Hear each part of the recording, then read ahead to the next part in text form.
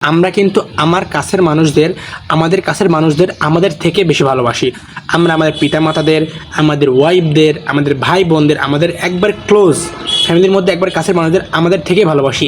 একটা পরিবারে যখন একজন মানুষ অসুস্থ, ধরুন আপনার মা বাবা অসুস্থ অথবা আপনার ওয়াইফ অসুস্থ, আপনার কোনো ভাই অসুস্থ, আপনারা কেউ চাইলে ভালো থাকতে পারবেন না। একটা মানুষের সাথে আরও কিছু মানুষের জীবন জড়িয়ে রয়েছে। একটা মানুষ, আপনি শুধু যদি ভালো না থাকেন তাহলে আপনার পরিবার ভালো থাকতে পারবে না। প্রতিটা মানুষ শুধু নিজের জন্য নয়, তার পরিবারের জন্য বাঁচতে হয়।